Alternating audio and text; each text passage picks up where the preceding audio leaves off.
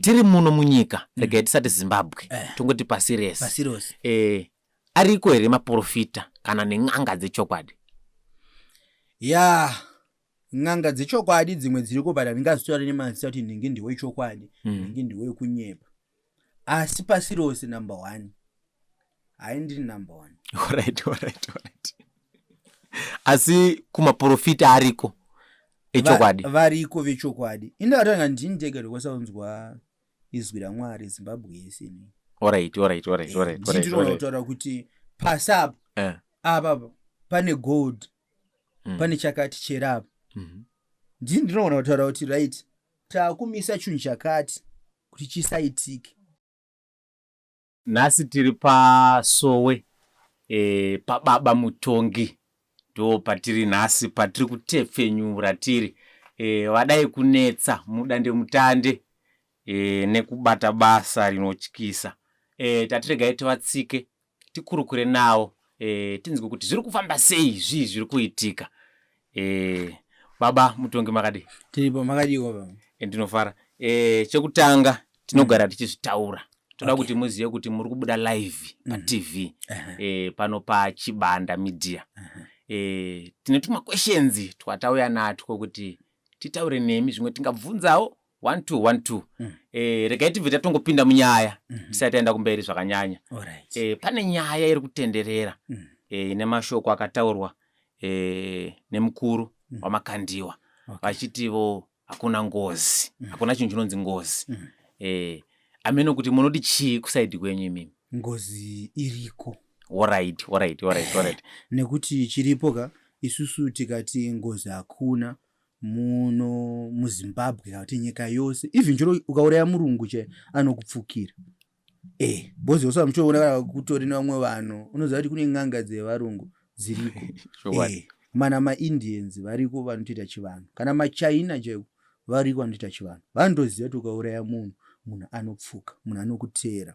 Ndo pamunoona maprogram mazhinji ngozi dzichibuda vanhu vachina noripa vanhu vachiita sei because of ngozi dziriko. Ukauraya munhu anokutera chinozoita kuti munhu nhasi ukatarisa vanhu vazhinji iye makandiwa obuda taura kuti hakuna ngozi hakuna chinhu chinozonzi munhu ukauraya munhu anopfuka. Akomana hakuna zvinhu zvakadaro. Tanyatsokupabata ipapo Baba Mutongi. Pane imwe nyaya futi iri kutenderera yakataurwa navamutarisi. Vari kuti muno munyika tichirarama hakuna chinhu chinonzi muroyi. Ipapo kunyepa. Nekuti unoziva kuti kuna mwe vanasikana chacho vakaroyiwa mudzimba umu vasingaroorwi. Kuzita vamwe vana vakomana vakaroyiwa vasingatogoni kudza musikana kuti ndokuda. Ngosvika pamusikana anenorowa tange chatsemuka. Ndotori nomwe mufesa kaya panapa.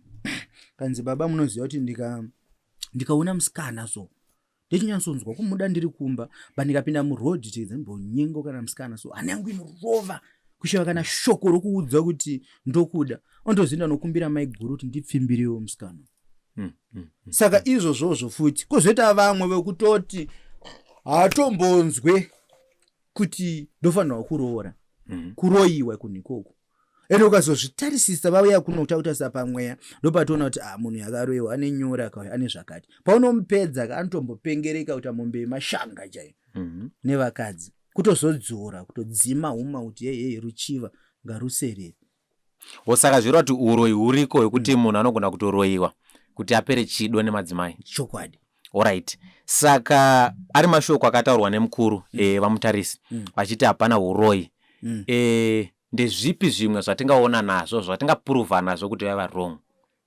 Izvozvo zvinini vamutarisi ndinogona kukumbira kuti ngavandipe mvumo yepicture yavo tozviita pavidhiyo munhu wese achizviita se achizviona zvatinomboitawo wenini. Saka Baba Mutongi ndichabvunza pamwe mubvunzo wokugumisa. Tiri muno munyika rega tisati Zimbabwe tongoti pasiresi ariko here maprofita kana neng'anga dzechokwadi? Ng'anga dzechokwadi dzimwe dziriko but ndingazitora nemazita kuti ndingi ndiwe chokwadi ndingi ndiwe kunyepa, asi pasirose number 1 haindiri number 1. Alright. Asi kumaprofita ariko echokwadi? Variko vechokwadi. Indatanga ndindega rekwasaunzwa izwi raMwari Zimbabwe yese ini. Alright. Ndinoona kutaura kuti pasapa apa pane gold pane chakati cherapa. Ndinoona kutaura kuti right takumisa chinhu chakati kuti chisaitike. Inini ndine matambudziko andobatsira panapa evanhu vazhinji. Ndisati ndavhara mashoko angu, please isusu kunoku atibatsire ngochani. Alright. Ngochani atisunganidze ngochani kuno kwaBaba Mutongi kuno. Mwari wangu abvume izvozvo. Ngochani dzechikadzi musatiudze nyaya dzenyu. Ngochani dzechirume musatiudze nyaya dzenyu. 2 vanoda kubvisa pamiri kunoku atite zvipi atite izvozvo. Ameonawo kuna mwana wako vachizvita sei vachizviita kuti no isu wada kubvisa pamiri uya ndouna kuita sei na kubvisa. Kunoku kwaBaba Mutongi atimbodi kuona message yo ukatosenda message yo topopota. Saka ndo zvimwe zvinhu zvatisingaite kuno.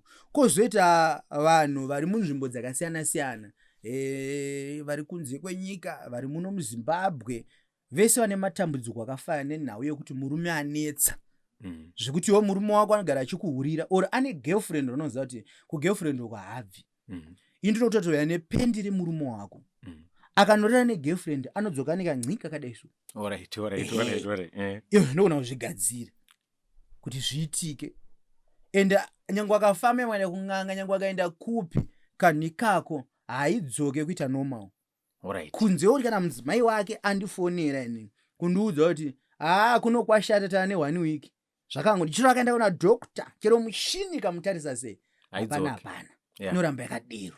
Tongomusira pekuti akwanise kurarama but tikachidzosera chese munhu anofa. Tatomusira padikidiki kuti akwanise kuita weight nekurarama. Alright.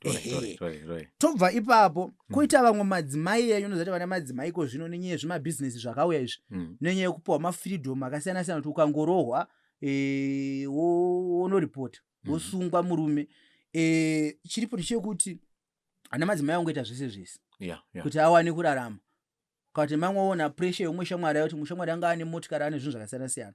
Iye wakutanga kuitawo gumbo panze kuhura. Zvinhu zvakashata. Madzimai akaroorwa ngaagare omirira murume mumwe chete agerewo mumba make. Fanike kuna naUK kusiya chihure. Garai zvakanaka. Bozi ini nozati chifoni mangu kuna naUK uku kuna naDubai vanhu variko vari kukomplaina nenyaya yemadzimai avo. Vachidanana nevanhu ikokoko.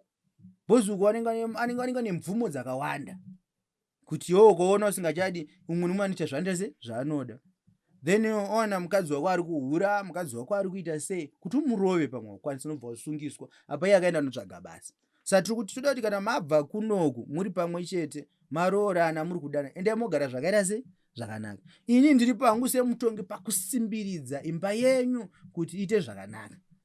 Kunoku mutongi muchipodza muchitipowo mari dzemadhiringi zvinhu zvichiita sei muchigara zvakanaka.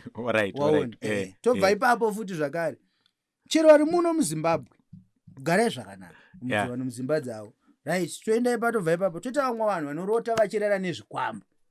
Usiku hwese munhu Pumbwe achinyengwa nechikwambo. Pumbwe achinyenga chikwambo. Zvinhu izvo zvitokwanisa kuzvidzimura kuti zvipere. Kusita mwana ane jambo ane munyama charakatira kuvhura kakambani kanongodona. Umwe akazama kutengesa chino chiwabirwa akazama kuita zvese zvinhu zvapana zvinhu zviri kufamba. Tinoona kusumudzira kuti zvinhu zvako zviende mberi. Kusita vamwe vanhu vakatemererwa nyora nemi vanhu makaromba vanhu. Uyai musiye zvinhu zvenyu kuno toita zvatoita zvopera urarame life yakaita sei yakanaka. Isu kunoku chatoita kubatsira vanhu kuti vanhu vasunungure. Kana uri kunze kwenyika uchisenda mari yako unotanga watifonera vakomana vangu avaripo unotaura navo oro ukati unoda kuona Baba Mutongi unobva waona inini kunoku. Right, waona ubva wachisenda mari yani bosi unoona uri kuzotanga kuchema ndakazosendeswa mari kuno kusiriko kuna wakawanda vavhura zvimapeji zvavo kusocial media Baba Mutongi hakuna zvimapeji ezvo ndichazvibhana. Kune peji ronzi Baba Mutongi chete ndo ririko ende musanyeperwe kunze. Namba dzangu i2 kozoita private namba yangu inini ndo yechi3. Saka namba dzangu ndizo dzichange dziripo pavidhiyo no namba dzaBaba Mutongi. Alright. ndo mashoko angu ekugumisira. Aiwa, zvanyatsokubatika. Baba Mutongi vari kuona chivhitivhiti vari kuzvinzwira. Wanga uri mufaro wangu kuva nemi pano paChibanda Media. Ndisingakanganwe kutenda mukomana akandibatira mushini Manners mwana wekwaChibanda. Zita rangu ndichinzi Director Taps. Muwane zuva rakanaka.